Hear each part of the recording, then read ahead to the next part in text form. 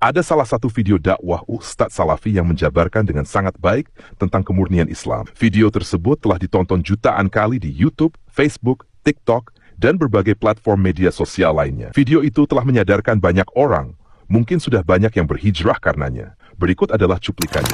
Semua da'i dan ulama adalah pewaris beliau. Artinya harus mewariskan ilmu yang beliau ajarkan. Apa yang diajarkan itu yang disampaikan ke umat. Yang tidak diajarkan mereka larang agar dikerjakan. Kan begitu mestinya. Ini kaidahnya dulu. Masalah kasus ada orang imam pimpin doa setelah sholat. Jangan dibahas doanya. Doa adalah ibadah. Tapi begini, sebelum anda kerjakan satu ibadah, tanya. Saya mau ziarah kubur. Jangan ziarah kubur sebelum anda tanya. Bagaimana Rasulullah SAW ziarah kubur. Agar jangan anda buat-buat ziarah kubur itu. Adanya orang taruh kembang di kuburan, siram air, buat batu nisan, pasang lampu, baca zikir-zikir di sana. Karena dia mau ziarah kubur semaunya sendiri. Tidak bisa. Anda muslim, punya kiai, punya Rasulullah SAW, suri toladan kita, uswatun hasanah. Tanya Rasulullah ziarah kubur bagaimana? Rasulullah SAW dalam hadis Bukhari menziarahi kubur Baqi. Datang, memberikan salam, mendoakan mereka, pulang. Nggak ada lagi yang lain. Nggak pernah Nabi SAW bawa kembang, siram kuburan karena sudah kering. Padahal Madinah panas 50 derajat, pecah-pecah tanahnya. Ada istilah di Indonesia kalau tanahnya pecah, kesian lagi diazab di bawah, kasih air, kasih kembang biar wangi, biar ditaruh kembang yang paling mahal. Kalau dia ahli masjid tetap disiksa di bawah gitu kan. Jadi nggak bisa itu patokannya. Mau sholat, jangan pernah sholat dulu. Tanya Rasulullah sholat bagaimana, belajar 5 menit bisa. Oh rukunya begini, sujudnya begini, sama. Baru Allah terima. Tujuan Nabi SAW diutus untuk apa? Untuk dicontohi, diciplak hidupnya. Tapi kalau kita mau ikat antara sebuah ibadah dengan ibadah yang lain, tanya dulu. Rasulullah pernah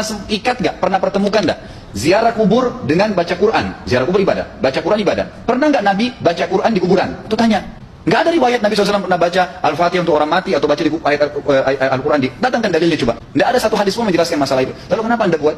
Oh karena saya mau buat ibadah. Baik, ibadah yang Nabi ajarin. Salam, doain, selesai. Jangan lebih daripada itu. Habis sholat, memang paket yang Nabi tawarkan, yang beliau selalu kerjakan adalah zikir. Setelah sholat, dengan zikir sholat yang sudah masyhur, istighfar, kemudian baca Allah mantas salam, sampai membaca ayat kursi, al-ikhlas, al-falaq, an-nas, baca subhanallah, alhamdulillah, Allah akbar 33 kali, sampai terakhir dibaca, digenapkan la ilaha illallah wahdahu la syarika. Selesai itu semua hadis Nabi SAW menjelaskan setelah sholat, Rasulullah SAW langsung berdiri. Memang beliau tidak pernah berdoa habis sholat waktu itu. Memang begitu. Bukan doanya yang jadi masalah, bukan. Karena Rasulullah tidak kerjakan, jadi kita tidak kerjakan. Saya tekankan dalam pengajian saya, kalau anda punya hajat berdoa, berdoalah setelah sholat ba'diyah. Insya Allah aman. Karena sudah lepas dari paket yang Nabi tentukan. Selama Rasulullah SAW sudah mencontohkan dan memerintahkan sebuah perbuatan, ditentukan tempatnya, jumlahnya, waktunya, jangan pernah dilanggar. Habis sholat bacalah subhanallah 33. Alhamdulillah, Allah akbar. Jangan anda bilang saya bisa baca 100. Doa Rasulullah suruh 33 kok. Ditentukan, jangan lebih pintar. Nanti setelah sholat, jangan ikutkan dengan paket rangkaian sholat ini. Di luar waktu sholat anda membaca 100, silahkan. Karena nggak ada penekanan di situ. Kalau ada penekanan waktu, tempat, dan jumlah, jangan dibantah. Anda pengikut Rasulullah atau bukan gitu kan?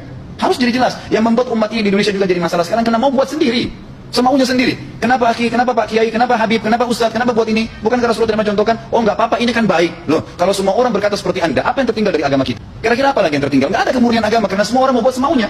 Gitu kan? Semaunya sendiri. Pindah rumah, baca berzanji. Apa itu bersejarah Nabi? Kenapa baca berzanji saudaraku? Rasulullah tuh pindah rumah pernah baca-baca gitu nggak? Nggak pernah. Kenapa dibuat? Anda muslim bukan? Muslim. Ya saya harus ikuti.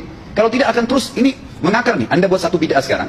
Bid'ah itu lawannya sunnah. Anak anda akan buat 10 bid'ah. Cucunya akan buat 100 bid'ah. Akan banyak bid'ah merakar di masyarakat. Dan agama akan ditinggalkan. Kemurnian sunnah akan hilang. Gitu kan? Ini bahaya. Ingat, Nabi SAW mengatakan kepada kita dengan hadis yang sangat jelas. Hadis sahih riwayat Imam Ahmad bunyinya begini. Nabi nggak pernah rayakan hari lahirnya. Jangan dirayain. Selesai. Emang kenapa kalau kita nggak rayain? Kenapa? Tangan kita terputus? Enggak. Masih banyak ibadah yang disunnahkan gitu. Sama dengan kasus Isra dan Mi'raj. Kejadian besar dalam Islam. Tapi anda boleh kembali kepada semua buku sirah. Saya tantang semua buku sirah anda kembali. Insya Allah yang berpegang pada Al-Quran dan Sunnah. Memang ada dasar wahyunya. Maka semua akan menjelaskan. Nabi SAW setelah pulang dari Isra dan Mi'raj tidak pernah mengumpulkan sahabat-sahabat untuk merayakannya setiap tahun. Tidak pernah. Boleh dipelajari iya, setiap hari. Tapi ditentukan tanggalnya lalu dibuat acara. Tidak pernah Nabi SAW buat itu. Kalau anda mau tetap buat ya silahkan. Itu hak terserah. Tapi saya ngajak kepada anda kembali kepada kemurnian ajaran Nabi SAW. Kita tidak akan pernah kembali. Kata Syekh Utsaimin rahimahullah. Umat Islam ini akan kembali kepada kejayaan mereka kalau mereka betul-betul kembali kepada ajaran Rasul mereka Muhammad SAW. Murnikan ajaran Nabi yang jalankan seperti yang beliau ajarkan, selesai, akan aman. Pasti akan kembali kejayaannya. Kita nggak bisa saling menghardik, saling menyalahkan yayasan ini, organisasi ini, kelompok ini, karena masing-masing mau beristidlal sendiri, mau menjalankan sendiri hukum-hukum agama ini, bukan mengikuti sunnah Nabi SAW. Video sejelas ini, kalau masih ada yang menolak kemurnian Islam, mungkin memang hatinya yang sudah rusak. Dikira ibadah itu bisa seenaknya sendiri. Sungguh miris melihat orang-orang seperti itu. Semoga saja mereka menerima hidayah dari sunnah yang murni ini. Demikian video kita kali ini, semoga bermanfaat. Wassalamualaikum warahmatullahi wabarakatuh.